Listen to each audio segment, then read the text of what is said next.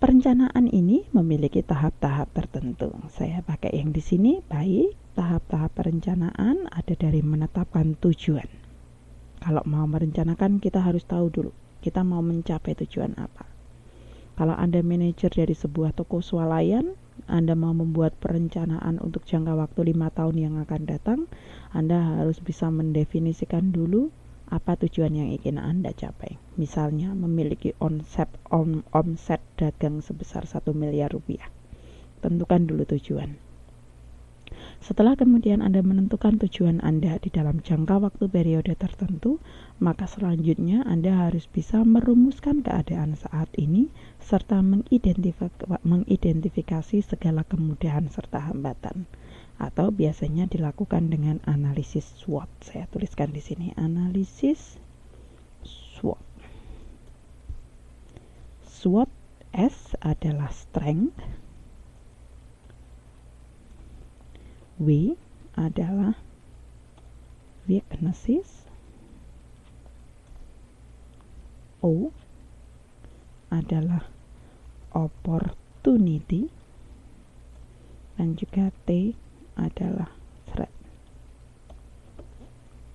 Nah, setelah Anda tahu tujuannya, Anda harus melakukan analisis SWOT.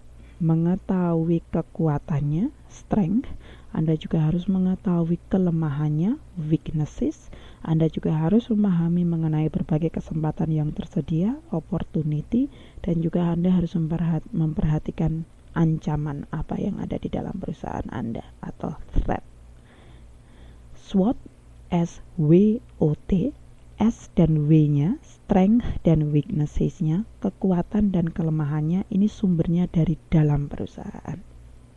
Jadi, kekuatan apa yang dimiliki perusahaan dan kelemahan apa yang dimiliki oleh perusahaan. Sedangkan O-T, opportunity dan juga threat, kesempatan dan juga ancaman, ini sumbernya dari luar.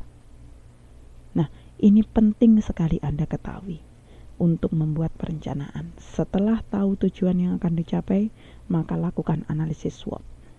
Apa yang jadi kekuatan Anda, apa yang menjadi kelemahan Anda, sumbernya dari perusahaan Anda, apa yang menjadi opportunity Anda, apa yang menjadi ancaman Anda yang bersumber dari luar perusahaan.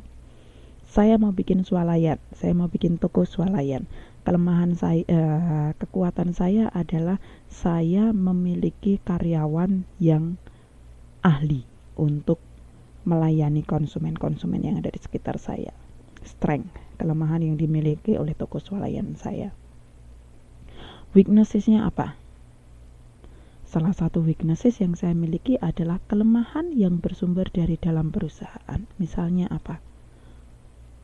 Lokasi bisnis perusahaan saya tidak strategis, ya kan? Sumbernya dari dalam perusahaan. Kemudian opportunity-nya apa?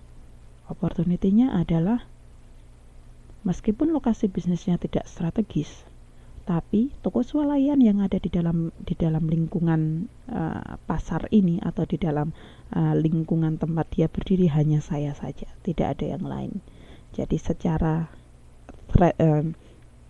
weaknesses-nya, kelemahannya adalah memang tidak strategis. Misalnya apa? Dia di agak masuk begitu ya. Tapi ternyata meskipun agak masuk ke dalam begitu, tapi ternyata hanya dia toko swalayan yang ada. Kemudian threat, tantangannya apa? Tantangan yang bisa dilakukan adalah kalau saya kemudian bisa meluaskan bisnis saya, maka saya akan mendapat opportunity-nya, saya ulangi lagi ya, opportunity-nya itu adalah hanya dia yang ada di lingkungan bisnis itu, maka itu akan menjadi kesempatan yang baik bagi dia untuk membuat perencanaan yang baik untuk perusahaan saya. Kemudian threat-nya apa? Tantangannya adalah apa? Salah satunya adalah tingkat keamanan yang ada di lingkungan perusahaan saya tidak baik. Ya kan, sumbernya dari luar dan mengancam perusahaan saya. Itu yang dimaksud dengan analisis SWOT.